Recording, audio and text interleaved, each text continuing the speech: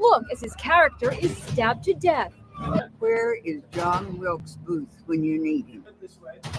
I just don't even know why there aren't. I just don't even know why there aren't uprisings all over the country, and maybe there will be.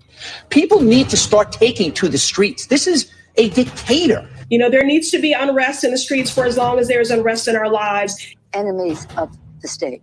Show me where it says that protests are supposed to be polite and peaceful. Do something about your dad's immigration practices, you feckless. When they go low, we kick. How do you resist the temptation to run up and wring her neck? Biggest terror threat in this country is white men, most of them radicalized right up to the right. I thought he should have punched him in the face. I said, even if you lost, he insulted your wife. Yes. He came down the escalator and called Mexicans rapists and murderers. He said, well, what do you think I should have done? I said, I think you should have punched him in the face and then gotten out of the race. You would have been a hero. I'd like to punch him in the face. I said if we were in high school, I'd take him behind the gym and beat the hell out of him. Punch some people in the face. When was the last time an actor assassinated a president? They're still going to have to go out and put a bullet in Donald Trump, and that's a fact. Look as his character is stabbed to death. Where is John Wilkes Booth when you need him? I have thought an awful lot about blowing up the White House. A Missouri state senator is under investigation by the Secret Service after saying she hopes President Trump is assassinated. I will go and take Trump out tonight. And if you see anybody from that cabinet in a restaurant, in a department store, at a gasoline station, you get out and you create a crowd. And you push back on them. And you tell them they're not welcome anymore, anywhere. And sadly, the domestic enemies to our voting system and our honoring our Constitution are right at 1600 Pennsylvania Avenue. They're not going to stop before Election Day in November, and they're not going to stop after Election Day. And that should be, everyone should take note of that on both levels, that this isn't, they're not going to let up, and they should not. If you think we're rallying now, you ain't seen nothing yet.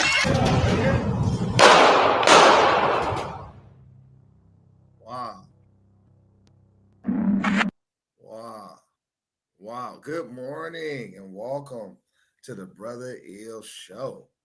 We are excited. Excuse me. We are excited to have you. There's a lot of drama going on in the world. We covered. Excuse me. We covered.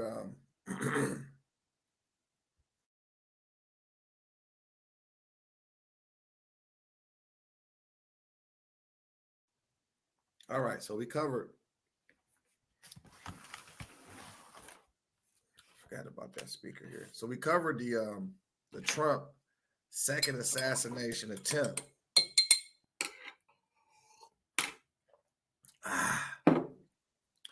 And we're just kind of following up with that this morning. It was for you all that don't know, there was an attempt on Donald Trump's life, not only one time, but it was done twice.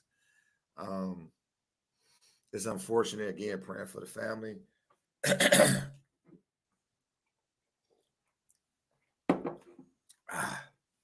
Ooh, that coffee's good. And so praying for the family and just going through the system here and just scanning for some more updates, try to bring to you. And what happened was I noticed as I was going through the motions here, my processes in, fixing my coffee, looking to see any updates on the news, because sometimes I just zone out, right? Working on all of my new books. We got a new book out called Adorable Adora, My Adorable Adora, which is 100 lullabies of music and soothing rhymes for your children. It's very healthy for children to take naps. And my daughter, my 1-year-old daughter, who just had her birthday, and my 5-year-old son, they got to take naps, right? So, so I'm sitting here. I said, let's develop them some lullabies and Moorish science founded on our principles to help usher in our culture, the culture of the planet through the melodies, and it's very positive. It's inspired. 100 Lullabies is expired. It's not expired, but inspired by love, truth, peace, freedom, and justice. And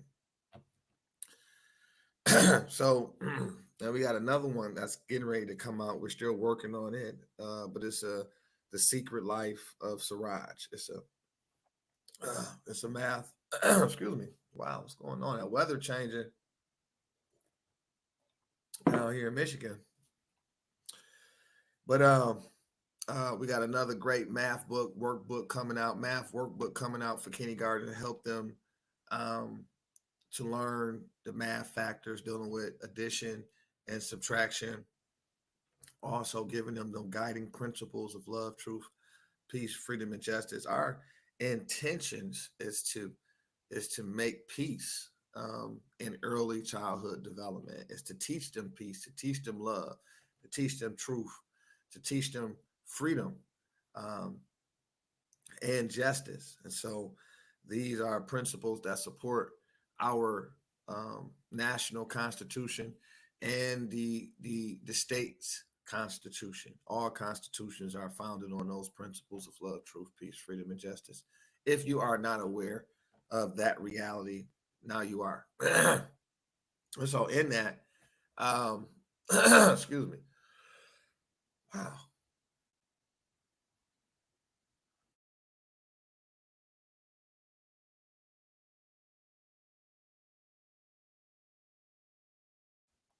Again, in that, I was looking at, again, I was scanning the X and other sites, Truth Social, just looking for more updates and more other information around the subject matters. That's what we do. We scan, we research, and we follow up and document and provide it in chronological order these events. And I noticed how that last clip popped on, and it captured, what I see as trauma, from that last presentation, all this violence that's being caused forth. And as a Moorish American and Grand Sheikh, leader of the Moorish communities within my jurisdiction, we follow the creed, our divine creed, and we are for peace and not destruction. Our founding father of the Moorish Divine National Movement, he issued Prophet Noble Drew Ali, who's the founder of the Moorish Divine and National Movement and the Moorish Science Temple of America in 1913 AD, and made some adjustments, did some reorganizations, and refiled it as a religious organization in Cook County in 1928. And unfortunately, Past Forms was murdered in the year of 1929 due to the work that was done on behalf of the people who had been stripped of their nationality and given subjected to the names of slaves, which is Negro, Black, Colored, Ethiopian, etc. And so these names was given to slaves by slaveholders. So these were violent tactics and strategies to deprive a people of their God-given rights, which is protected under our Constitution, which was issued to the United States in 1787 and was ratified by the Congress, the U.S. Congress, or Congress assembled in 1789. And the work that was put in going way back to 1774 and before then, up until the 1789 ratification. Then you have some more work that was done in the 18th century with respect to the abolishment of involuntary servitude under the 13th Amendment, and you have some other actions and right after that, in that 1865 to 1868 era. And you had the 14th Amendment, the 15th Amendment, and these additional amendments post of the first 10 amendments. And so it's a little history in there that's required, because if you love your country, as you love, when I say the country, I'm kind of speaking in a macro, the nation, but in a micro sense, if you have love for your family, for yourself, right, for the soil that you walked on, that you're walking on, for the sacrifice and contributions that your ancestors have made, then it would behoove you to invest yourself into world history, your history, right? From a macro, from a micro capacity, meaning the world, the nation, and then your family, and then you.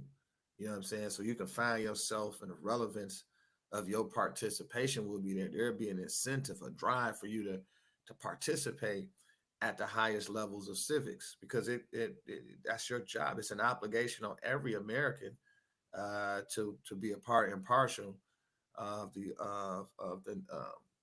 all of the activities and necessities of the nation. It behooves us to know what's the status on the economy, what's the status on the border, what's the status on the international affairs, what's the status on inflation, what's the status on the so-called U.S. debt at 34 trillion and counting, what's the status on the interest, the $1 trillion in interest that must be paid back on the debt that we've borrowed.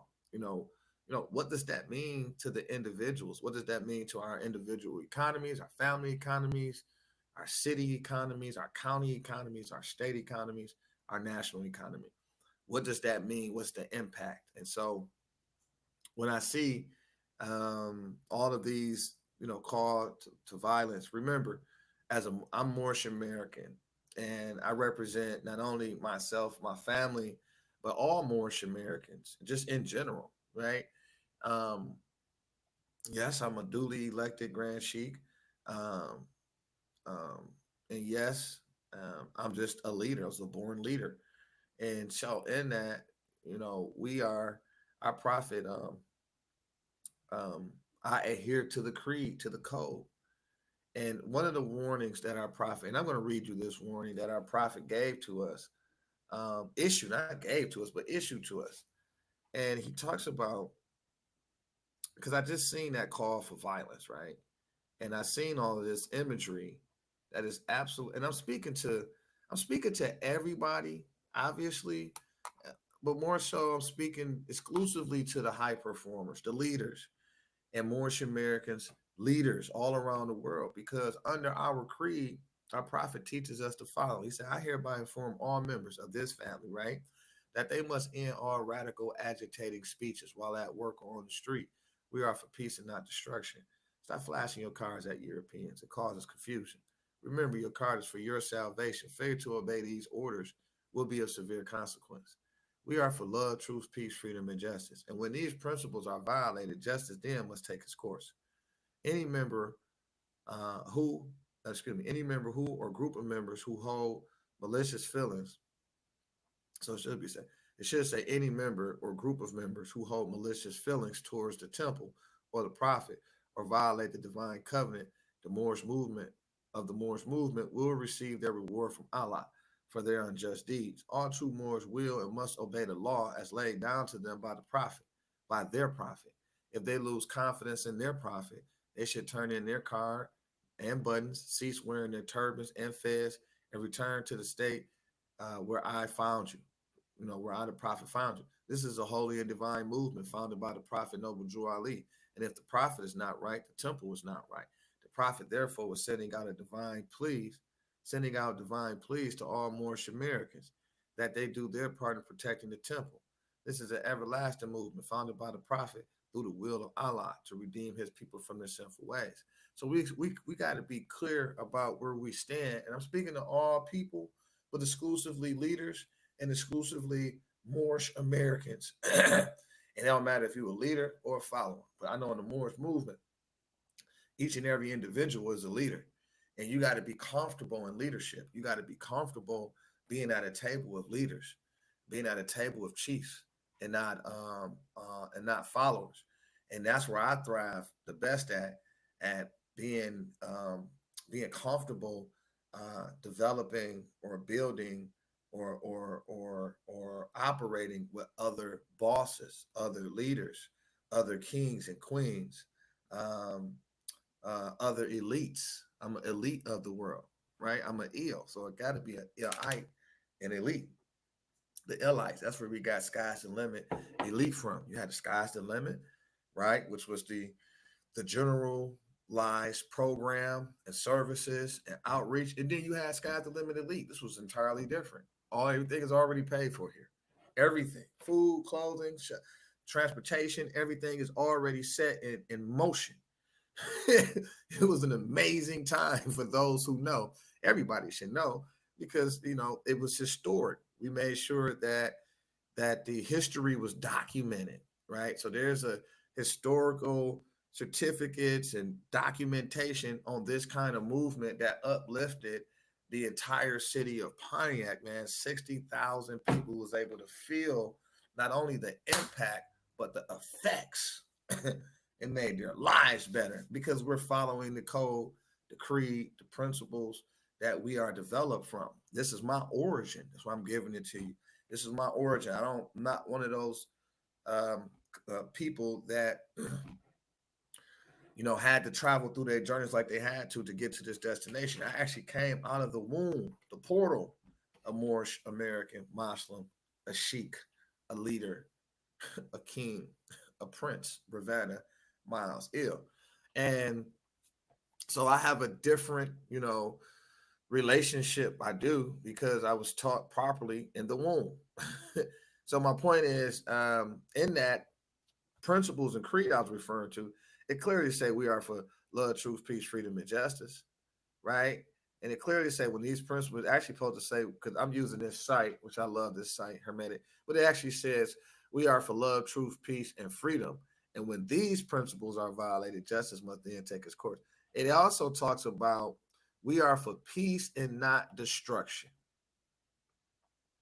It also talks about any member or group of members who hold malicious feelings towards the temple or the prophet, or violate the divine covenant of the Moorish movement, will receive their reward from Allah for their unjust deeds. So this is personal.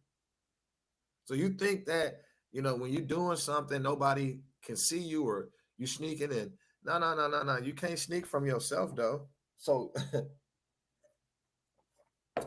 yourself gonna take care of you. Your consciousness gonna tap in and hold you accountable for that type of conduct. It ain't even the conduct, it's the thought that led to generate the conduct, right? Because in Moorish science, we teach you what? You're taught to know thyself and Allah. You're taught to master your mind. You're taught to raise, you are presented with strategies and principles to raise your thoughts to infinite wisdom. If we can get you to think, you can save yourself, right? You don't need a bunch of middlemen to accomplish that particular goal. And so I'm just kind of pointing out that you got a lot of Moorish Americans, whether they have proclaimed or haven't proclaimed, right? And when you go to them, if they say they black, then they Moors. I'm gonna keep it very generalized and very simple. When you go to the etymology of black as an adjective, it means pale, and it gives a description of the noun. And we know in the 1700s that the Moors were stripped of their national identity, their free national names. And these names was placed on the slaves, people that were enslaved or forced into slavery. And these were the Moors. And the land is actually the United States of Morocco. They had to go through the Moroccan Empire, which was ours. And we understand about the Arabic conquest. We understand about when the French went up in there and colonized the area. We understand we've been beat up for a long time, but the empire belongs to the Moors. And America is a part of the empire, North, South, and Central America's Mexico and the adjoining island. All of this is facts, political facts, historical facts, geographical facts, like every which way you want to go with it. It's just a fact. It's a divine fact. You got all of the pyramids here are bigger and older than the ones in the Eastern Hemisphere. We're walking on Egypt, or what is referred to as Egypt or Kemet, and we call it northwest of Maxim. We're standing in the land of our ancient forefathers, just don't have a clue because it was stripped from us in 1774. And over a 200-300 year period, this information has been held back from our minds, the consciousness. So we have no damn clue, excuse my language, we have no clue about our origin. So we don't know about history. That's what it means. And we dang sure don't have any trade skills, any idea. We don't have a clue, like, because it all comes from your ancestors. It was a period of time that, and this is known history. Go to the Holy Wars, the Crusades, go to the Battle of Tours, go to the Secret Treaty of Verona, go in there, get up in history, go as far as you can go back and come forward. And then you'll say, whoa, that's called time traveling, by the way. You can time travel, but you got to be willing to read to time travel. That's the secret to all of this stuff. That's why reading is so fundamental. And I like to say it funds, F-U-N-D-S, it funds the mental. It actually gives you some money, right? Because you actually know something. And that knowing something creates value. That value you can use to create value for others. You can become valuable. And then you can monetize that value just by monetizing your thoughts, right? But you got to read, though. We got to get into the habit, the good habit of reading again, right? Not just reading, but making sure we comprehend what we read. Read with intentions, read with purpose, read with a mission, read with a dream, like read with sincerity, read with gratitude, right? Read excited, kind of poke from that excitement and take it to the next level. So my point is, as I'm seeing, and just to clarify, a lot of people might say, what do you mean generalization? So I'm going to go here and I'm going to pull it up for you. Okay. And I'm going to share this with you. So when you go to black as an adjective and you're dealing with etymology, you're going to automatically get to the fact that this is an English/German word in its original form. And you can see here it says black, and then the same root produced Middle English black, B-L-A-K-E, pale. So it means pale. It's original. It's talking about pale people. We're not a pale people. What are we talking about? Why are we saying that we're pale people / glittering, bright, shining to bleach? I'm just like over that whole thing because we have access to information. We don't have to sit up here and let everybody else in the room have a national origin. And when you get to us, it's just cut off. We just come from, an imagination. It's just, we're a new people. That's not true. We're not a new people. We're ancient. We're the most ancient ones. And a lot of the contribution is very much owed to our ancestors, which we inherited their rights, their claim, their credits, et cetera, et cetera, et cetera. So moving right along, we get right into the term black. It don't take long to break free from the psychic attacks. All these guys, I love Dr. Umar, I love his spirit, but you got to explain this to me. I love all these other guys that's talking about Arabic this, Arabic that. Stop it. The moment that you said that you was black, I'm a black person, I'm a black woman, I'm a black man, or Kamala's a black woman, Trump is a white man. White means purity, purity means God, God means ruler of land. You don't know your history. The pyramids are over here, bigger, older than the ones over in the Eastern Hemisphere. You're on your own empire, have no clue. And so this is where you can see the fraud start taking place. The meaning dark-skinned person, African, is from 1620s. Remember the timelines. This is modern. This is modern history. I think it's called the Middle Ages or something. But okay, perhaps late 13th century. So we can see where these tactics have started, and we can get into why did it start. Say Blackamoor for 1540s. Okay, so we got this red. We're gonna click on it. And then we're going to separate the real from the fake. Dark-skinned person, black-skinned African, 1540s from black adjectives. So you can see clearly here, remember this term is referring to a pale man. It can't be pale more, stop it. More with connecting elements. So they go to proper noun. It takes every bit of 5 seconds. We end up finding out a lot. They go to ancient people of the land before there was anything else going on. The Berber people, North African, we're still in North Africa, called North America today.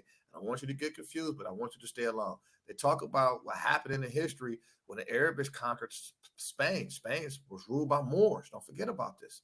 The Moors was ruled Spain. The Moors was in rulership for thousands and millions of years before their fall. Understand what is happening here. So let's get down to the meats and potatoes. So who was the Negro people? Who was black people? Well, being a dark people in relation to Europeans, their name in the Middle Ages, was a synonym, for Negro. Later 16th century, 17th century, being the nearest Muslims to West Europe. So let's get it clear. It's just, if you're black, I'm talking about Moors. I don't got time for all that stuff, right? You said you was black. Well, there it is. More. So here go our ancient principles of love, truth, peace, freedom, and justice. We are for peace and not destruction. So what do I see this other stuff going on? And when I see this other things going on, this call for violence. Let me check and make sure we're still running live. We are 25 minutes in. So when I see this other stuff, let me see, a moderator, you can make changes. I just want to make sure we still running live on all of our ports. Sometimes they kick us off. And we have to go back in and redo everything. So we're still working with the system. It makes sense. So let's do it.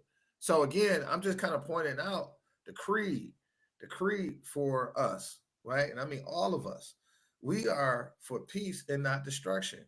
We are to teach love, truth, peace, and freedom. And when these principles are violated, justice then must take its course. Now, we talk about the love of the country. The American people have a right to know the truth, right? We have a right to know the truth. You know what I mean? Trump talks about, I don't know why I got that. I got to change the header. I still got that up there. But the point is, as a people, when do we get back to our principles? When do we get back to our creed? Knowing what's at stake. We've seen what happened with the Black Lives Matter movement. We've seen that happen. It was terrible. It was violence all over the land. People died.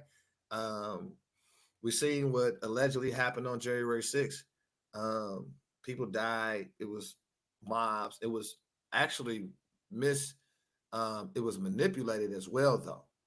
That whole visual. I don't even want to get on January 6th. It's a lot to dispel and cover in January 6th. But the point is, our people out here all over the country in large amounts of numbers.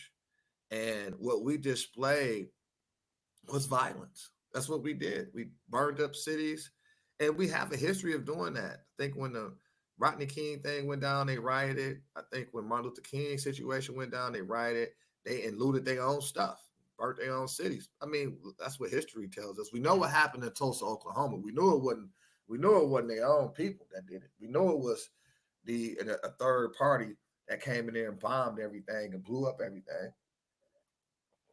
But in cases where when we get emotionally charged and we have lack of an emotional intelligence, we can be easily manipulated to carry out violent acts and to create the biggest distraction in the country while they're still in an election, while they're causing a coup, while they're demonstrating a coup on American soil. Project 2020 went down and they took over the U.S. executive branch. And Congress had already been pretty much 100% compromised. And as we can see, the judicial branch pretty much is 100% compromised. No branch of government has shown me in today's time that they serve under a republic. This has been about a democracy in every branch of government, meaning the demons rule. Democracy. That's what it means. That's what it breaks down. Democracy means demons rule. And it's funny because I know people couldn't have studied, because under Article 4, Section 4, and I'll go to it.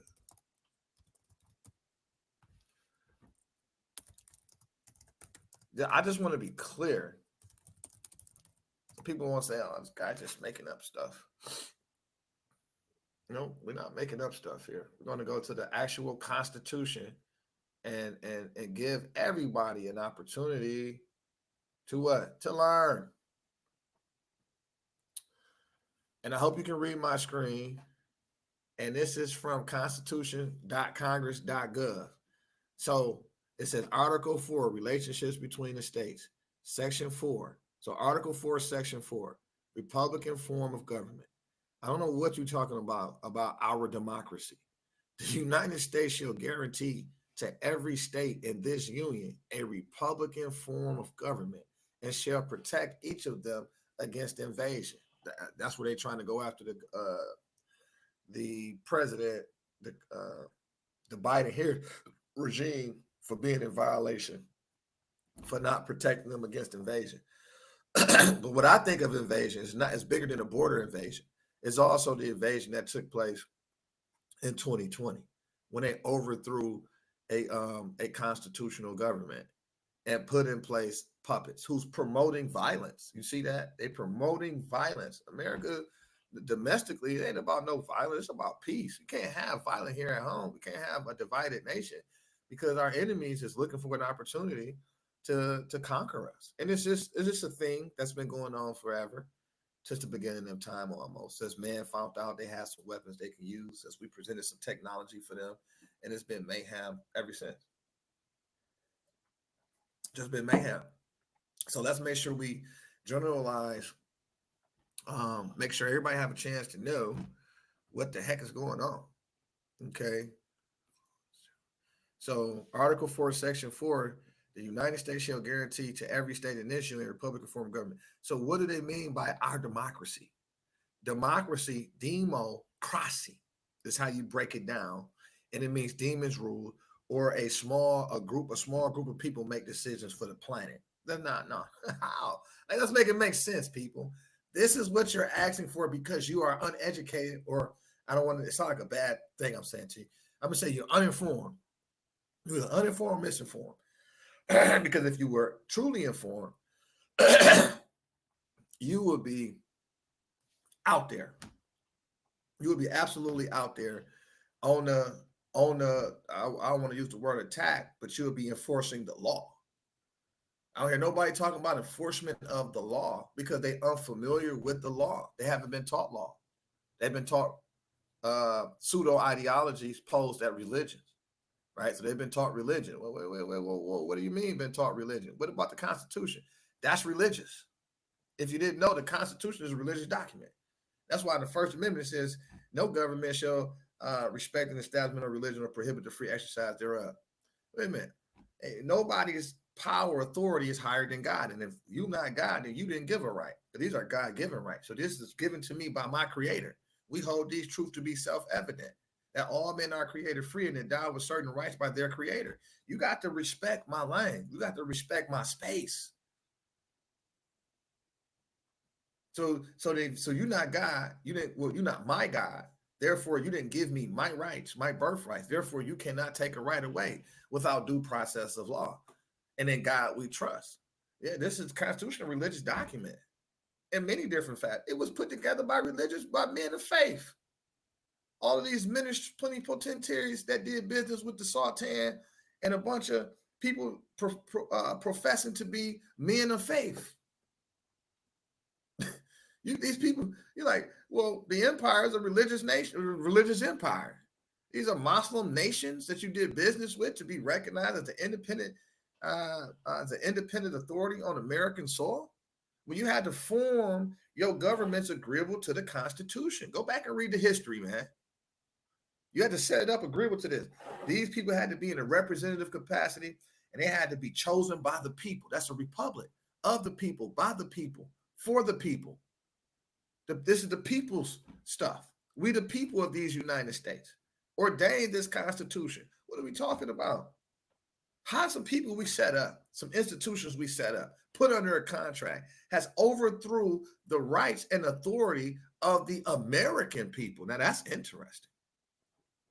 That's interesting. I know how they was able to do it.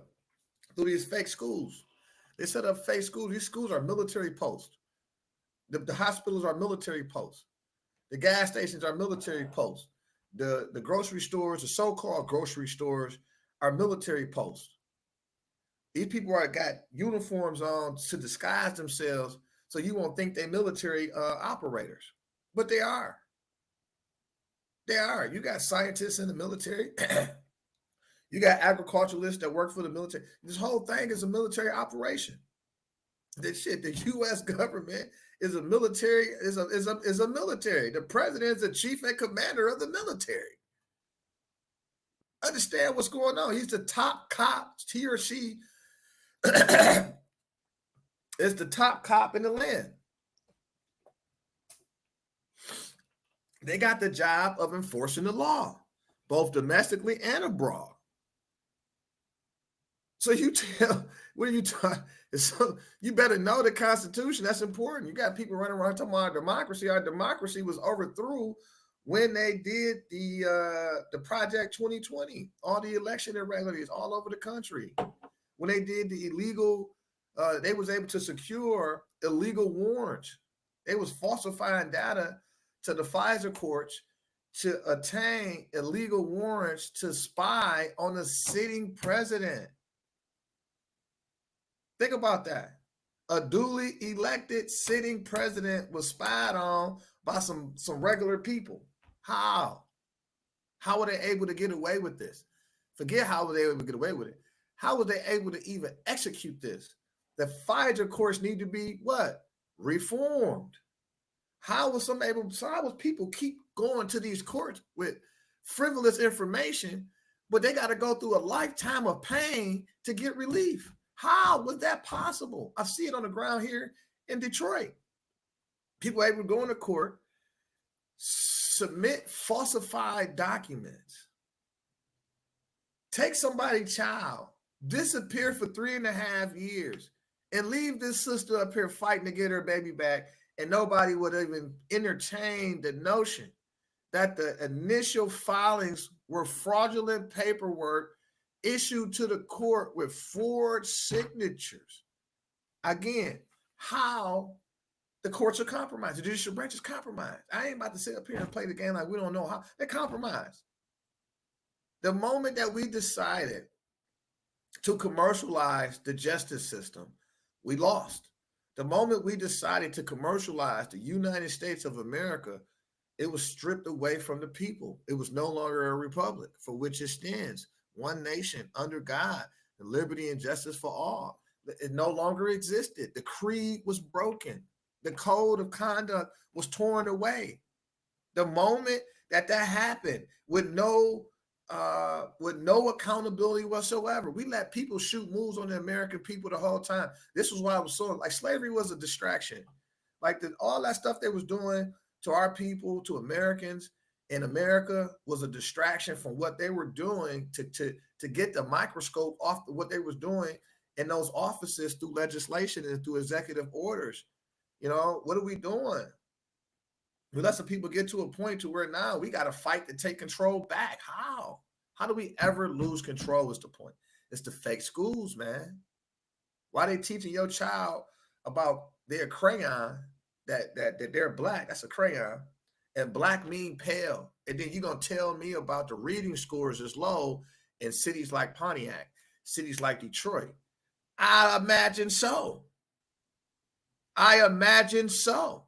That's a psychological attack. So you get your best therapist, go get your best sociologist, go get your best teachers and ask them, sit them down and say, well, why would you refer to yourself, right, as a pale person? You're not pale, though. You got plenty of melanin in you. What is your nationality? And if they can't provide you a legitimate answer, then why would you be seeking them for help when they themselves need help? They don't have a clue who they are. So you got people running around, or either the opposite, which they know exactly who they are, but they're not telling you because they're keeping secrets because they're part of these secret societies. And that's who's running the country and countries. And that's why you see so much of a compromise, because the allegiance is no longer to the republic. The allegiance is to the elites.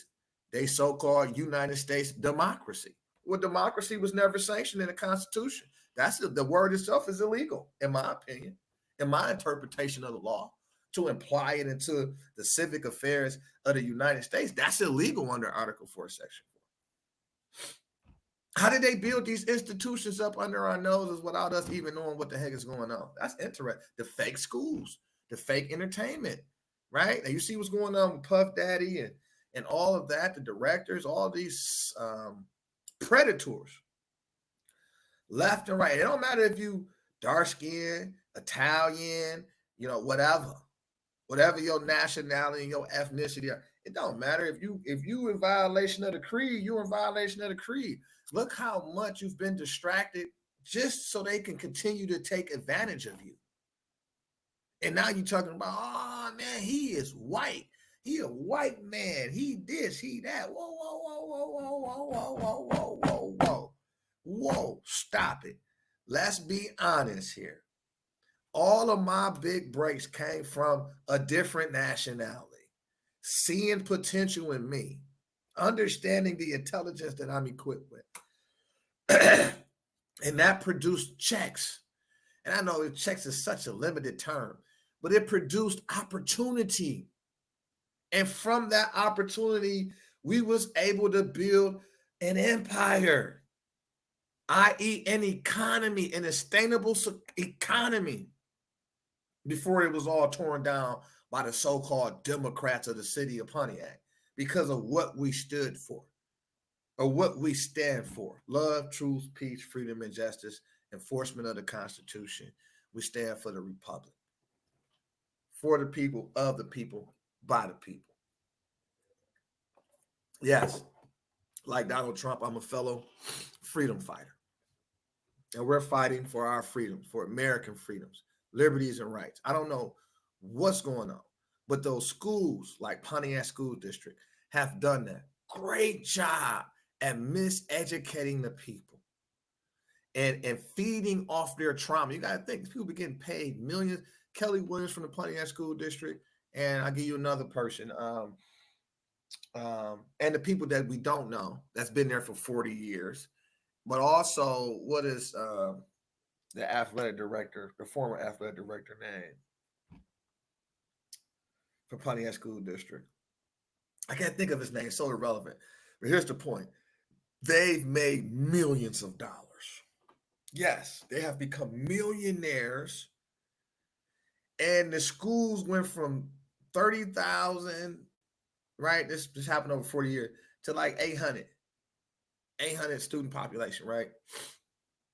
The last, you know, if it wasn't for our work, the Brother Ill work, the We Care movement, we secured $200 million for the schools not to die, in good spirit and hopes that we can get on the right page when it's talking about preparing our children for adulthood to become elite level, productive citizens in our world, in our society, taking care of people, being involved at every level of every level. That was a pipe dream at best, because there is so much corruption within the schools. The teachers unions are corrupted, and I don't want to say everybody, but the institution itself is corrupted. They're stealing all kind of money.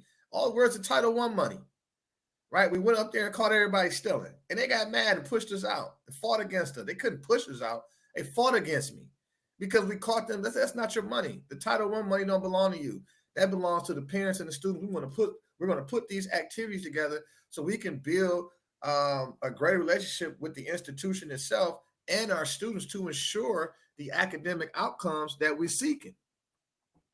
That was too much for their brain, bro. They got together and fought against me hard because the parents were so distracted with fake news that these teachers, the teachers union, had decided that they was going to gobble up this Title I money to their liking to get them some extra dollars in their pockets. Now, am I a hater? No, but that's not your money for. That's not what the money was designed for. And they just can't stand somebody that actually knows what the heck they're talking about, because they can't take advantage of you. Dr. Africa, the late, great Dr. Africa, said they can never enslave an intelligent mind. So an intelligent mind just can't be tricked nor depicted. It's just off the books. And so that's was the great beef in the Pontiac School District, that we checked them at the superintendent level, which is like your president. We checked them at the board level, which is like your Congress. And then we checked them on the ground level, which is your staff, your employees, your operators, your soldiers, your military soldiers. But once I realized what it really was, I understood that the best option for me at this time is to get my children so far away from here that they can't even smell us or see us within 1 billion yards, right? And it's not unfortunate, just a reality that we face. We'll be still up there fighting. We'd still be up there fighting with some people who already bought and paid for it. It's really stupidity. I'll be the only one in there fighting with maybe 2 other people, like we was last time for all those years. Like, no. Why not just go build a school? Why not go and go after the resources and start the development of your curriculum at home? It's called homeschool. It's just called homeschool. And there's resources for homeschoolers. You have to get with other homeschool parents to create the environment. So you got recess to play with other children, et cetera, et cetera, et cetera. A sister just posted on Facebook the other day ago, said, where do I find, youth activities, blah, blah, blah. I said, we had to create the youth activities. We didn't have the option to find none because there was none in our community for a whole a decade. For a whole decade, there was nothing to do. There's children dying, going to prison. You know what I'm saying? So what do we do with that? What are we doing? We had to create our own. That's what our principles and creed teach us. It teaches us you were created, you create your home. Heaven and hell is not a place. You say, Allah never made a heaven nor a hell for man. You a creator, you make your own. Heaven and hell is a state of mind. Now cease to seek for a heaven in the sky. Just open up your heart. And it would like it would just flood out. You are heaven. You are hell. You are what you say you are. You are what you think you are. So if you frustrated, you create a frustrated environment. If you're peaceful, you create a peaceful environment. It's all created from thought. The problem is you're not in control of your thoughts. Somebody else is. They're controlling what you're thinking. They're sending you the thoughts to think. And then your behavior is predicated off the thoughts that's generated in your mind. You have no clue you're being manipulated up top.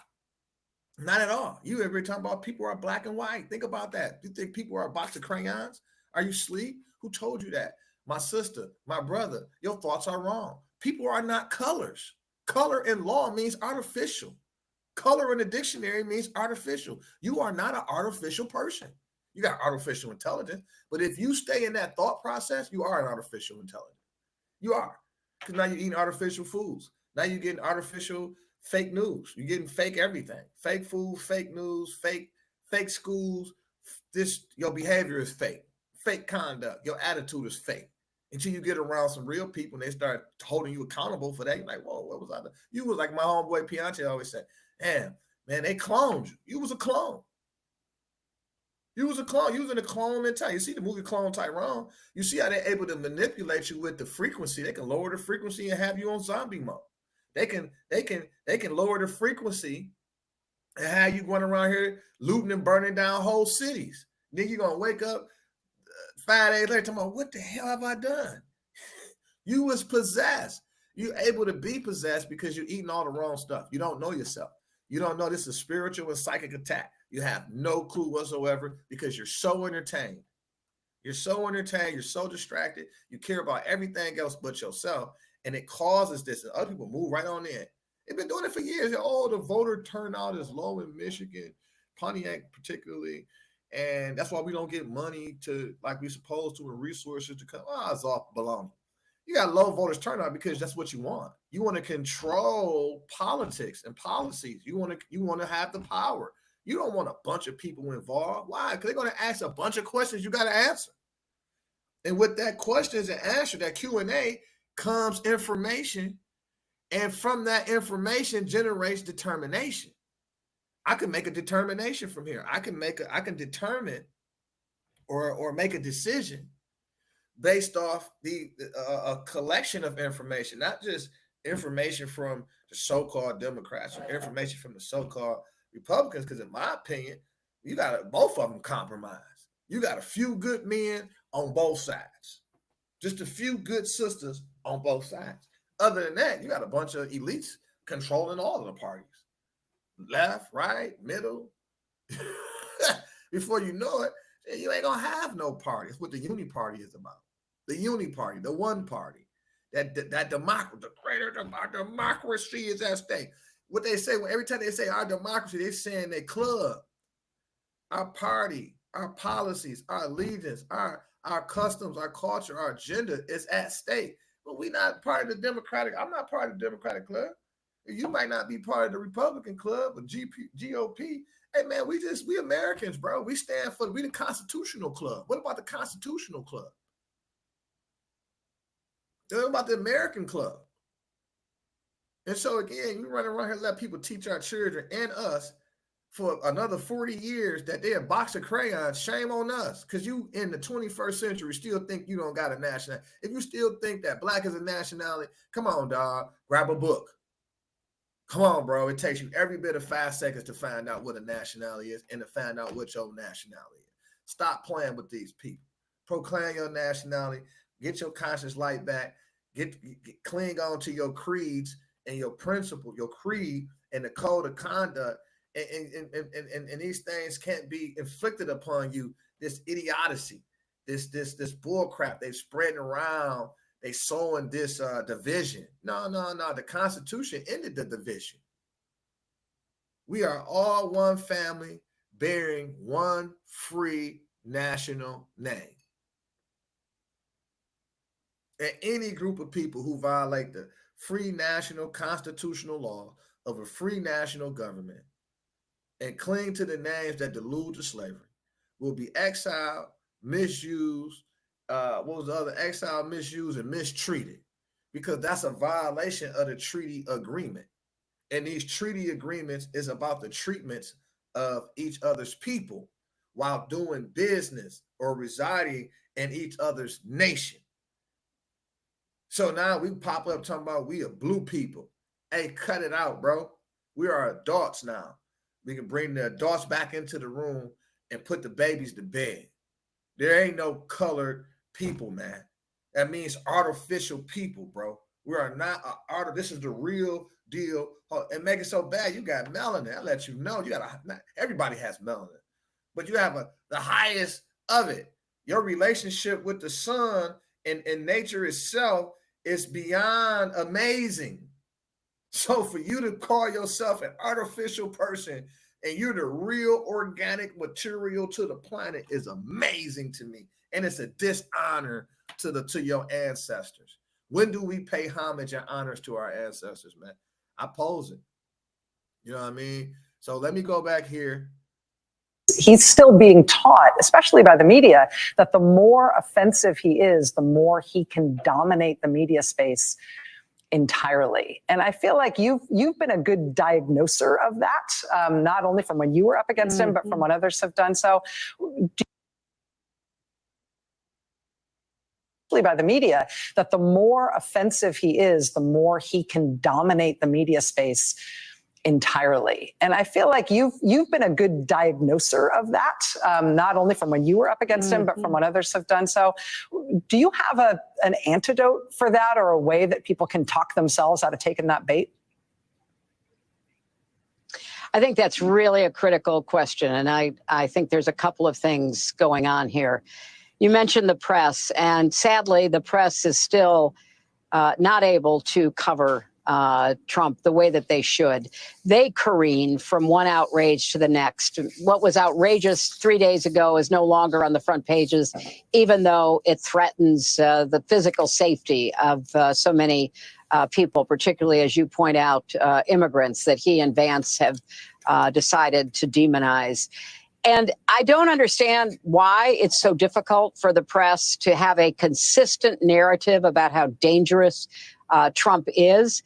The late, great journalist, Harry Evans, one time said that, journalists should, really try to achieve objectivity. And by that, he said, I mean, they should cover the object. Well, the object in this case is Donald Trump. His demagoguery, his danger to our country and the world, and stick with it. They were merciless about what they saw as President Biden's, problems in the debate, and calling for him to withdraw. I believe Donald Trump has disqualified himself over and over and over again to be a presidential candidate, let alone a president. The second thing, though, is that part of what Trump is counting on is for people to get desensitized. I mean, oh my gosh, did you hear what he said yesterday? Did you hear who he attacked? Did you hear the viciousness? And it just like with a shrug, okay, fine, we're moving on.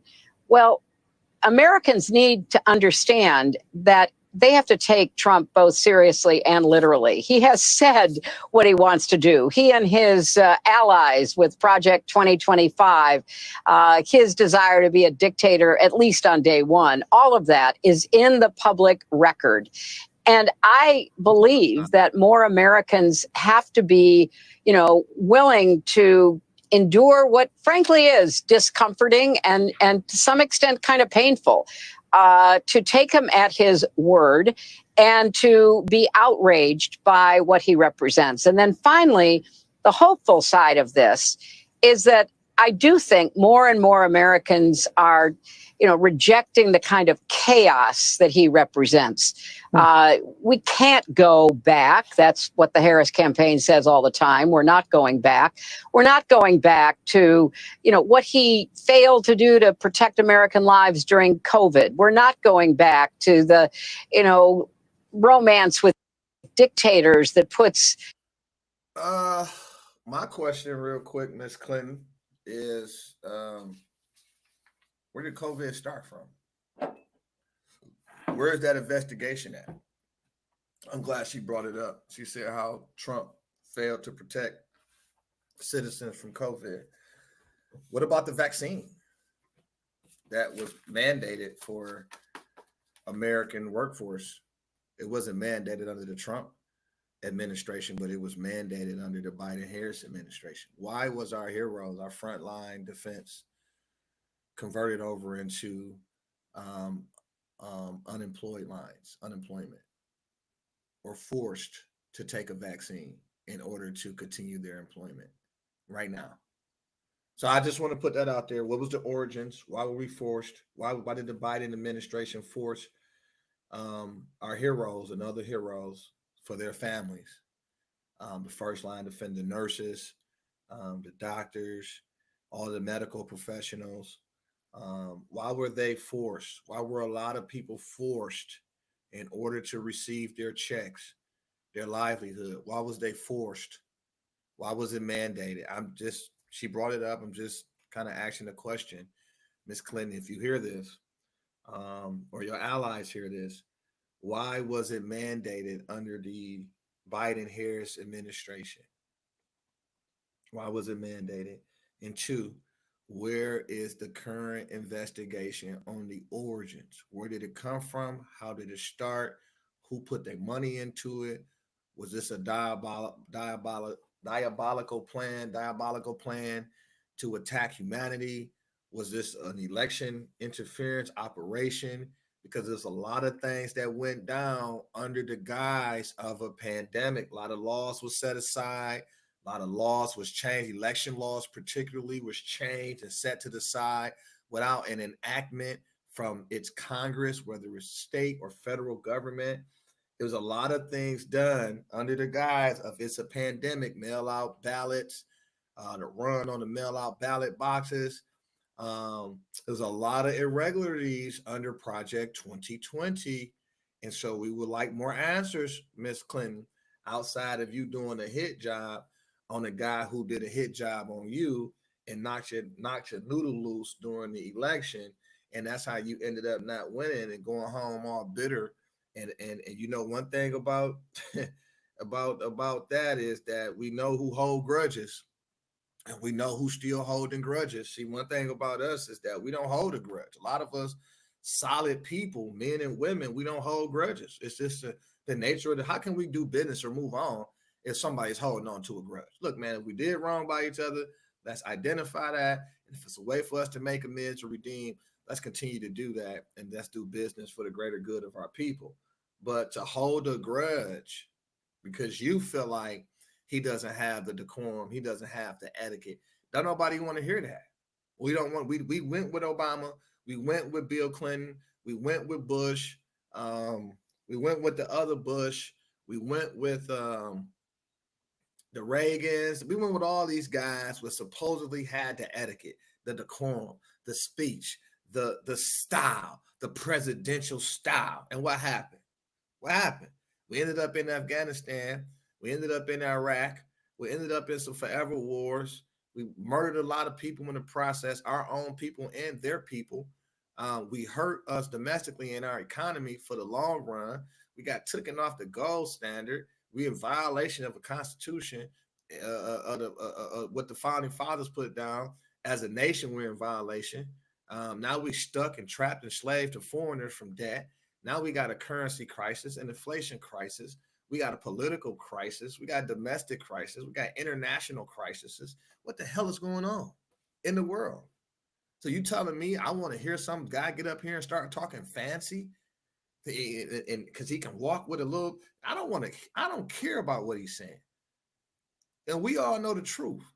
Let me see his behavior. Let me see the actions and conduct, the results of his administration. I don't care about because he said he didn't, he didn't. No, I love this Obama style. I think it's really cool. I think I for the most part, that's me. I was able to adopt that style and adhere to it under the creed of go under an intelligent tone and receive a favorable reply.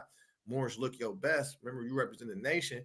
And so I get all of those principles and pillars, but then at the same time, I look at the results of the administration and I feel like I just got conned off of style, because his style was sweet. His voice was sweet. How he communicated. And we know communicators are some of the wealthiest people on earth, expert communicators. So, not an attack on Obama, but I don't want no con artist no more. We want somebody that's going to look us in the eye. Tell us what we don't want to hear. Okay, don't tell us what I want to hear, what you want me to hear. Tell me the truth, because sometimes the truth, I might not want to hear that. I might need to hear it. It ain't about what you want. It's about the needs of the people. The people need the truth so we can know what to do next. But if we constantly being facilitated lies, how the heck do we know? How do we make decisions from false information? I don't got time. We, the collective, we just don't got that kind of time to play with somebody at that level where we're going to sit here and pass down more fake news. So we're supposed to build our lives, our families, our businesses with false information. That's a military strategy to destabilize a country called propaganda. That's propaganda, dog. Heck no, I don't want to see Obama right now. I don't want to see nobody that's gonna get up there and gonna give me that Obama type style. And I seen her at the debate. She didn't have her own style. She went with the Obama style. No, what's your own style? Trump got his own style because it's a brand thing. I'm not about to go in here and take somebody else's brand. No, don't get me wrong. If it's great, I will adopt greatness. There's nothing wrong with the adoption of greatness. The Constitution was adopted. So let's get it straight. I want to clear that up. What I'm saying is, what's your style, though? Talk to me direct. And I think it was some points where she tried to talk to the American people or the American women to appeal to their emotions. That's feeding off their traumas, though. So you're going to leverage their traumas? No, let's empower the people with truth. You know what I'm saying? Quit the talking, quit the debating, go into the office right now. You occupy this office, whether we feel like it's de facto or de jure. You occupy it is the point. You're up. So really, reality, Biden is no longer the president if you really want to be honest, because of the 25th Amendment says he don't have the cognitive ability. That's been on display when Special Prosecutor Hur declared that due to the deterioration of his mind, no jury, they feel like no jury would convict him. So he's guilty. But yet we won't move forward because his mind is deteriorated. So if that's documented in federal congressional records, what does this actually mean for the country? What does the law say? Biden, you got to step down. It ain't about rerunning. You got to step down now. You actually, Kamala should be running the country. We all should be saying she's running the country right now because we know that his cognitive abilities is deteriorized. It's melted down. You're looking at a shell of Joe Biden. Everybody, he's just the face for that space, but really it's the managerial class, VP on down running the country. And it all makes sense now when I look at these lawfare cases. It makes perfect sense. Now that I look at all of the lawfare cases, it just makes perfect sense when I look at all of the cases against Donald Trump. Think about it. They are from where? The Attorney General of New York, the District Attorney of Georgia. What's that? Whatever county that is. Is that Maricopa County in Georgia? I don't know. But the sister and the other sister. And then you got the brother, the DA out of, what's that, Manhattan? Something like that. For the that stuff he got going on. I forgot his name and I forgot the location, but I think it's Manhattan. But the district attorney, the brother that went after Trump for the 34 felonies. What's the common denominator here? And then you got the federal DOJ after Trump for that other stuff. So you got state side attorney generals, and you got federal side attorney general. So who's the former attorney general though? Let's just keep it simple. What's the common denominator? VP Harris. VP Harris is in fact a former attorney general for California. And she's a former district attorney, and she's a former senator. And we know what the senator's operation is about. It's about that presidential side, right? Enforcement of the law. And so now remind you, so this is the common denominator here. So you got all of these district attorneys, you got these district attorneys, and it's been reported that the federal DOJ attorneys went down to the state side and helped these different offices prosecute Donald Trump. So as we can see this pyramid here, you got VP at the top, who's actually, in my opinion, is the president. And because after the, if the president is inoperative, is done, if Joe Biden is done, well, who's the next person? Who's the head person in charge? The next person in charge. That's Vice President Kamala, who out of nowhere is now the presidential candidate / Democratic nominee. And she didn't even have to worry about a primary. This is very interesting to me because in 2020, she ran a primary. She got beat up on.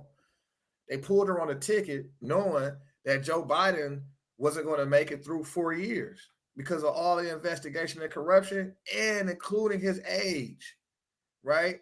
So they already knew that Joe wasn't going to make it, but they needed to maintain power. So they played chess. So when you look ahead, you say, well, we can use this image.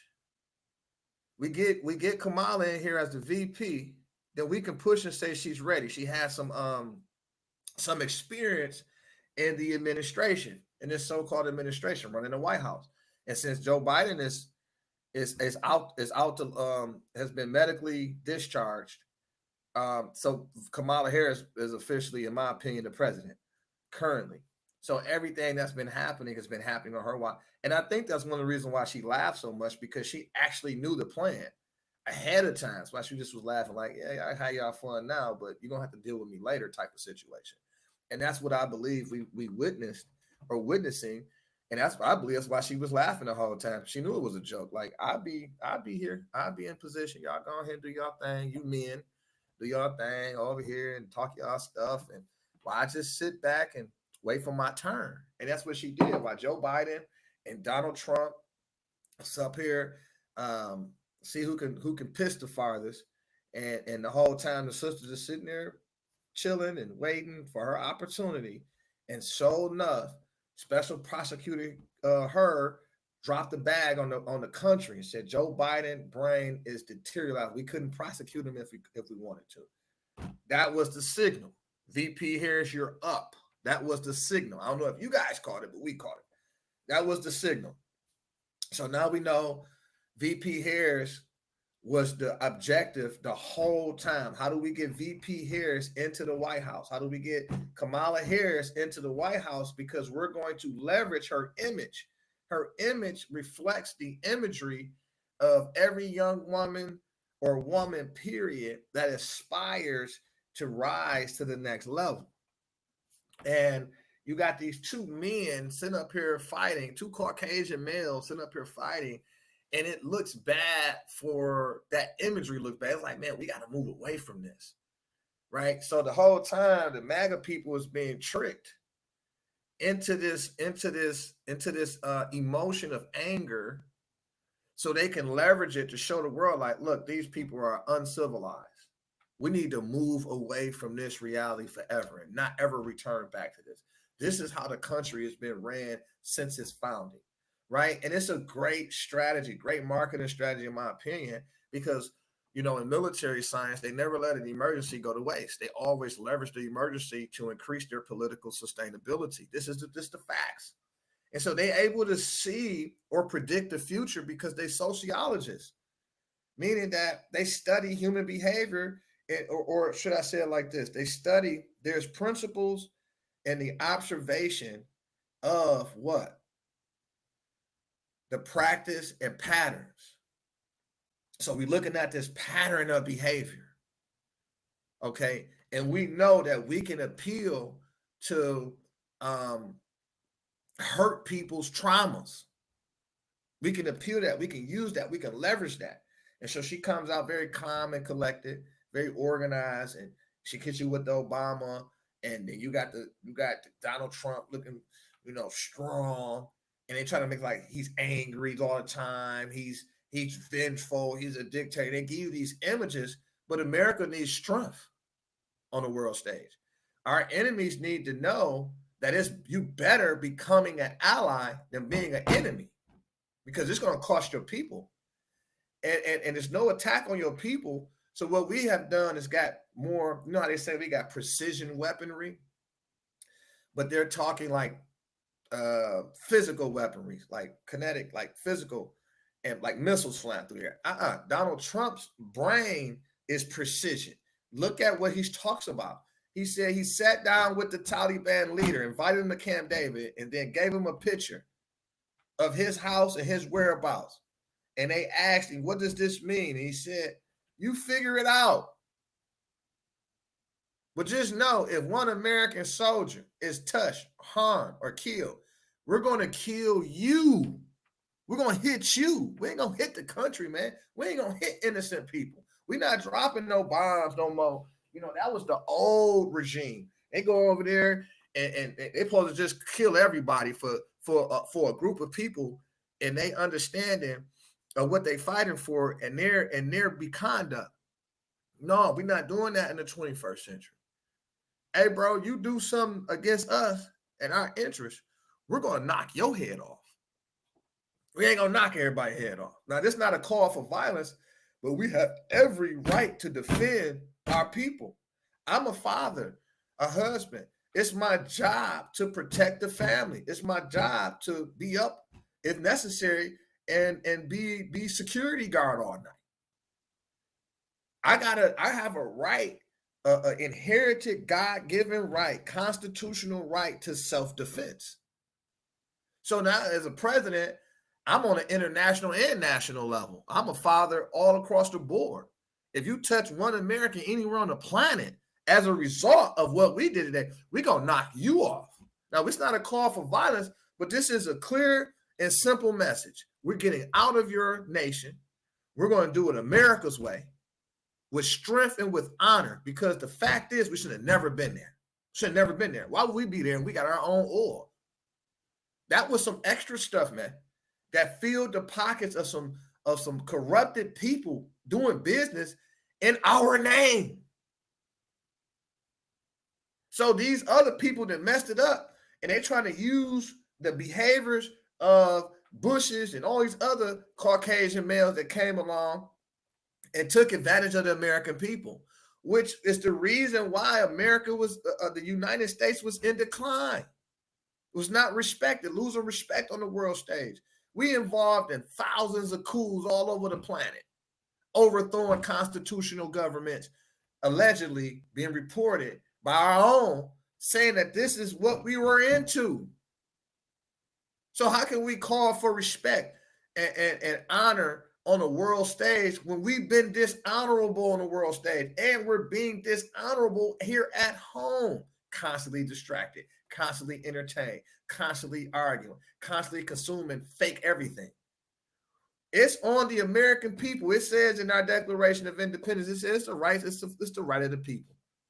Whenever this government has failed, it's the right of the people to abolish that government and set in a new one. So let's make no mistake about this. We are officially done with going back to the democratic plantation. There is no such nationality that's referred to as black. That's a lie. You actually have a nationality. You actually are an heir to the American estate. The land is yours. And anything that tells you opposite is frivolous. It has no merit. Tell them to prove it. How can some people that come from another land, a foreign land, claim ownership over this soil? It's impossible. It was deeded, not even deeded. It was it's like almost like a loan, right? Like a lease agreement. And that's where you got your treaty and your constitution. And I know people always try to stop at what they think is the Constitution, but you got attachments to the Constitution to make it all one document. You got the Articles of Association, articles. I can't do all the class session right now, but I'll give you some reference points. You got the Articles of Association, Articles of Confederation, you got the Declaration of Independence, you got all of the treaties agreements, whether it's with the empire or the tribes, right? You got all of these things. You got the Moorish treaty agreements with the tribes, because these tribes are Moorish tribes, right? You got history. You got to do some research. Well, my point is, you know, when you taking on this fake identity that you're a black, pale, bleached person, colored person, artificial person, a Negro, which was introduced to the human family through experiments, right? It's got nothing to do with your lineage, your heritage, your bloodline. It's crazy. And now some people gonna come over here that migrated here, might even, some people say illegally, but migrated here, and now you're white, they're white, and you're black. Like that's not true. It's just not true. You know, look up Free White Persons, the Naturalization Act of 1790. Like the stuff is readily available. And you can go beyond. It's all kind of conquers that's went on. All kind of wars went on. I told you earlier. You got the Christian Crusades. You got the Christian Black Codes that came from that. You got the enslavement period. You got the Civil War. You got the Arabic conquest. You got the Treaty of Tours. You got a rich history of violence. Number one, and new political jurisdiction and maps created from that violence as a result of that stuff. Does it make it real? Absolutely, it was real, but it doesn't make the fake political jurisdictions that was created from conquering the original people of that land. Does that make it real? No, it does not. And that claim to the soil still exists. If you know anything about estate and trust law, that people, Michael Jackson is no longer here with us in the flesh, but yet he is still suing people and still being sued. The estate of Michael Jackson. So let's make this straight. If Michael Jackson is no longer here, but his estate is still being represented, and there's heirs to his estate, well, who the hell are you? Let's put things in its proper perspective. The moment you proclaim, or let's say the moment you discover your nationality, your heritage, now you have the ability to not only identify your estate, but make a claim to the estate in question. But again, this is not a science class on that level, just general news topics. We just touched on a few things, especially centered around this presidential election, which is literally, I know they say it every year, but I think this is the one, in my opinion, because it's all on the line. Everything is out there. But to the people, we can see this common denominator from a former attorney general who I believe is actually the president of running shows. And I know that's a puppet. And so I know there's people behind her, and she has no problem. She said she was a border prosecutor. She prosecuted all kind of transnational criminals, etc. But the border's wide open.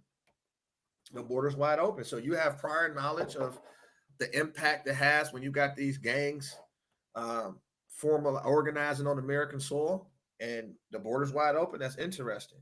You got lawfare, you got thousands of cases, dozens of, or a half a dozen cases facing President Trump from these estranged attorney generals. Well, hey, it's funny because you used to be a former attorney general, used to be a former district attorney, former prosecutor. It's just very interesting to me. And as a former senator, you know all about how important this border is. And the border is obviously maybe the number one topic that they're pushing, which it shouldn't be. It should be talking about the border. No, you got to talk about the border. But I think the economy and the currency crisis. What are we doing about the currency crisis, the international potential, the potential World War III conflict? What are we doing about the border? Then what are we doing about the debt? Like all of that, the debt, because it's a trickle-down effect. And again, I don't think, to be honest with you, you can go any kind of direction with this one and you still don't be on point. But I think the currency crisis is a nation killer. I don't think it is. A nuclear war, World War III is a planet killer. The debt is a nation killer. We got to get rid of the 33-some trillion in debt. The Green New Deal is a nation killer.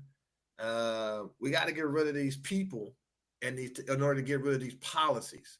So, Mr. Trump, Mr. President Trump, if you hear this or your team hear this, you have an assignment that we're going to send you in here to do. We need you to clean this crap up, you and your administration. Matter of fact, you need Brother Ill in that administration. I probably have more experience at cleaning up corruption and taking care of executing under emergency capacities than probably just about any member of your cabinet. And that's just the facts. Check my resume out. You can find it on YouTube, Facebook. You can find it in the hearts of men and women. And so I think that your campaign can grow tremendously by adding a Brother Ill mentality. I think you already got the mentality. I believe you already have the mentality. You already got a Brother Ill mentality. Anytime you're talking about taking care of your people first, that's a Brother Ill mentality. America first, 100% of the time. We got to take, that's a code. That's part of our creed. Never forsake our own blood for a stranger. So how can we forsake American blood for illegal immigrants? How can we put illegal immigrants before our own people? It just don't make sense. I get it. We're a nation of immigrants. I'm not an immigrant. I've been on America. My family's been here on American soil, what you refer to as American soil, for eons. I'm not an immigrant, cuz.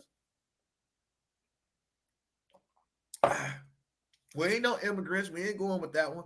We're a nation of immigrants. No, we're not. You are an immigrant.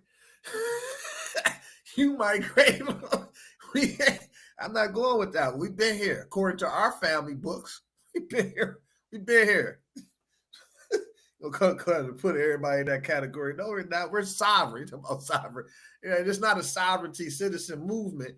What I'm saying is, when I say I'm sovereign, that means I'm at home. I mean, I'm at home. That's what that means. I'm a national. I'm at the crib. You understand me? If you want to be sovereign, you want to be in that, you got to go home and do that. We're nationals here. You know what I'm saying? We're American nationals. That's for sure. That's for sure. And so that's not be conflicted on that statement talking about we're a nation of immigrants. I ain't come here on no boats. That's a made up story. What are you talking? Unless I was driving a boat to bring y'all here. Stop playing with me. We've been navigating the seas, the lands for many eons. So to play that trick on us that we're a nation of immigrants, who are you talking about? You are the immigrants that came over here to our land, and we set up an American expatriation form for you all to denounce, right? To disavow your allegiance to Great Britain and pledge your allegiance to the republic for which it stands, and the flag of the United States with respect to the flag of freedom or amity of commerce that was recognized by the Moroccan Empire and the other Muslim nations. So this is where we come in at.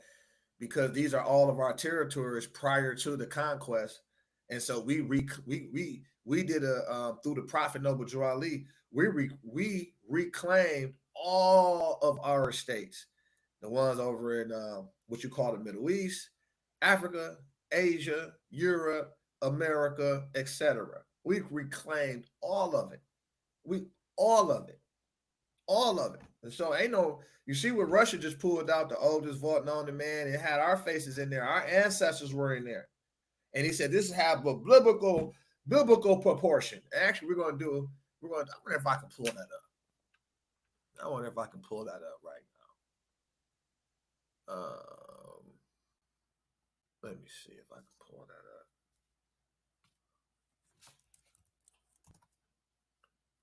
But listen, while you guys are waiting for me to pull that up, visit us at www.brotheril.com. That's BROTHEREL.com, brotheril.com. Right now, we just released our new,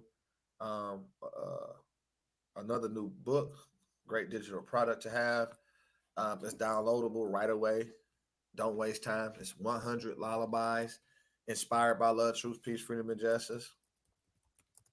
And it's called My Adorable Adora's Lullabies. Oh my God, it is so beautiful. And don't waste time. It's on sale right now. Oldest vault. It's on sale right now for $19.99. Don't miss out on it. But let me see, can I get you guys Russia exposes? You know, I don't just want to. So I'm sure most of you haven't heard about this because mostly all y'all care about is celebrity drama and gossip and who's sleeping with who. But the president of Russia, Vladimir Putin, has opened up its vaults to reveal old illustrations of biblical icons that depicts Jesus Christ and the original Jews as being black. So I'm curious, does this mean black people are going to actually start acting accordingly? Or are we going to continue to fit into the stereotypes that they put on us and be ignorant? In my honest opinion, I think it's going to come down to a point where you have educated, enlightened blacks on one side and niggas on the other. But what's your thoughts? So I'm sure most of you haven't heard about this because mostly all y'all care about is celebrity drama and gossip and who's sleeping with who. But the president of Russia, Vladimir Putin, has opened up its... As the Ukraine-Russia war drags on, Russian President Vladimir Putin has decided to move one of Russia's holiest icons from a museum to a Moscow cathedral. Have you ever come across biblical icons that portray Jesus, the Virgin Mary, Elisha, or King Solomon with dark skin? If you have, then you should know that Russia has recently opened its vault to reveal biblical icons featuring darker-skinned figures.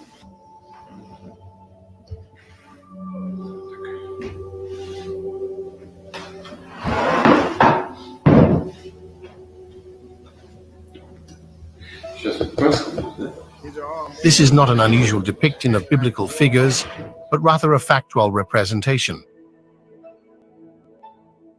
These icons hold deep meanings and hidden truths, sparking curious questions about history, faith representation, and the unexpected corners of religious art. Let's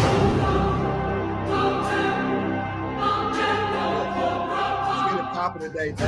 For an hour and 27 minutes. Let's get it popping. The vault is open. Let's keep it open. As the Ukraine-Russia war drags on, the vault is open. Let's go on and keep it going. Make sure y'all visit us at www.brotheril.com, because a lot of people are going to look at this and say, what is Brother Il talking about? And he means this and that. And see, that's what I'm saying. They want the fake version. They want me to ignore these facts, right? And to continue to be forced into an assimilation of thought, a frivolous thought, a shadow thought, right? It's not even a thought. It's a shadow of a thought. It's like, what are you talking about? There's no truth in that. And we are adherent to our creed of love, truth, peace, freedom, and justice. Americans have a right to know the truth. So while we run around here playing these devilish games, letting people play on our minds, put us in fear, heaven and hell, while they sit there and make trillions of dollars off our trauma is and I'll be nice here, it's very inappropriate. And it's the 21st century. So why are we still like dancing around the truth here? Like, wait a minute. There's no such thing as black and white. Let's find out who our ancestry is and our nationality, our heritage. Let's reconnect to that. Let's honor our mothers and fathers in order to create peace on planet Earth. And as long as our people, so-called black people, is in this traumatic, confused state of mind, then you're going to always have the great imbalancement to the planet. And that's why it's important for people to stick to the truth, know the truth, and defend it if you got to. Die for it if you got to. I'm telling you, because it's too crucial for our children's children, the generations that's to come, to still be in this mental condition from thousands of years ago. What are you talking about? This is empowerment. Russia opened the vault. That was for you. That wasn't for them. They already know who you are. You don't think the elites, the so-called presidents, the so-called oligarchs, whether they're American oligarchs or Russian oligarchs or Chinese oligarchs, you think the president of China don't know this? You out your mind. You think the president of Korea don't know these facts? You think the heads of the Muslim world, the Muslim Brotherhood, you think Saws don't know this? You think the Arabic Council, the OPECs, you think they don't know this? You think Europe don't know this? You out your mind. You out your mind. Only people that don't know this is us. The American people who told their black Negro and colored. They think they own some new land. But it's pyramid. I told you, go back again. It's pyramids, bigger and older, over here on the land, under the earth, under the ocean floor, in the ocean floor. It's older, bigger than the ones over in what you call Egypt today. So somebody is playing games with us at the tune of trillions of dollars. Ladies and gentlemen, people of Russia, today, we stand on the precipice of a monumental revelation. A moment that redefines not only our understanding of history, but also the path forward for our great nation. In an extraordinary discovery hidden beneath centuries of lore and legend, we have opened what can only be described as the oldest vault known to mankind. What we found within its ancient confines challenges the very fabric of our beliefs and heralds a new dawn for our country. Within this vault, we discovered figures of biblical proportions, characters that many have read about, debated, and revered. These figures, preserved against the sands of time, reveal a truth that is as profound as it is transformative. They are all black. This revelation, this undeniable truth, stands before us not as a contradiction to our faith, but as a testament to the diversity and unity that faith embodies. As your president, I see this moment not as a challenge to our beliefs, but as an opportunity to embrace a wider, more inclusive understanding of our history and spirituality. Russia, in its rich tapestry of cultures, traditions, and people, is uniquely positioned to lead the world into this new era of understanding and acceptance. From this day forward, let us proclaim our nation under the guidance of Black Jesus, a figure who represents not just the cornerstone of Christian faith, but also a symbol of the universal values of love, compassion, and brotherhood. This Black Jesus, whose likeness and history have been unveiled from the oldest vault, is a message to us all that divinity knows no color, that spiritual truth transcends race, and that our common humanity binds us more tightly than our differences divide us. Let this discovery remind us that history is not just the story of those who wield power, but also of those whose contributions have been overlooked or forgotten. It challenges us to re-examine what we know, to question our assumptions, and to open our hearts to the broader possibilities of understanding and faith. As we embark... Wow. On this That's deep, bro. journey of discovery and understanding, let us do so with open minds and compassionate hearts. Let us build a nation that truly reflects the teachings of Black Jesus, a nation that stands for justice, equality, and Look, man, I'm gonna bring it down. I'm gonna bring it down. We had a minute and 1 hour and 35 minutes, and we are cooking today, y'all. We're cooking. You can expect me and the Brother L show to be on every day, man. In the mornings. Make sure y'all catch us at 8 o'clock, 7 o'clock, 6 o'clock. We will be on here grinding, providing you what we think is Brother L news, right? And here at Wealth Intelligence Community, we want to share intel that empowers. No, and not I'm sorry. Here at the Wealth Intel, we focus on not welfare, but welfare. So we share information, share intel. We like to call it intelligence. We're an intelligence community, and we share that information that empowers our people the moment that they receive the information. That's what we do. We collect it, we store it, and we dispense it for the improvement of humanity, for the uplifting of humanity, or to increase the quality of life, right? And so that's important here at WIC. And you can visit us all the time at www.brotherel.com. We're just so excited to be here with you. Thank you all for joining us and today and ratting this out with us, getting a greater knowledge of yourself, politics, and the world, how the world thinks of us, right? And best believe you're not an immigrant. Let's get that straight. We are a nation of laws, but we won't accept you including us in the nation of immigrants. We're not immigrants. We're the rightful heirs to the American estate, or what is referred to as America today. But remember, it wasn't called America back then. Not to us, not to the population that was already here. Again, know your history. Most importantly, know yourself and your creator. That makes a world of a difference. But thank you all for joining us. This gratitude. I want to give yourself a round of applause. And because you deserve it.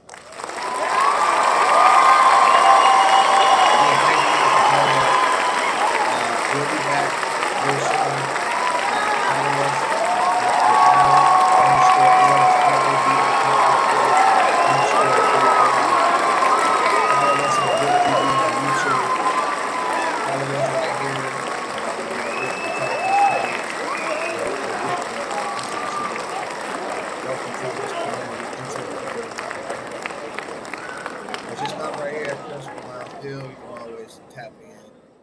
We got just a whole lot of different topics we can talk about. We got different content. We're working on some short films now, and just give you some more powerful visuals through these short films, our podcasts, our videos, etc., our live moments. It's all here. It's all there. We think eventually we'll be one of the best doing it with your support. So again, thank you guys. Much gratitude. And have a super productive day, week, year. Keep grinding. The fight is real. But don't be tricked. Stay engaged. And if you need to holler at me, inbox me, or you can email me at wealth@brotherel.com. That's wealth@brotherel.com. Peace.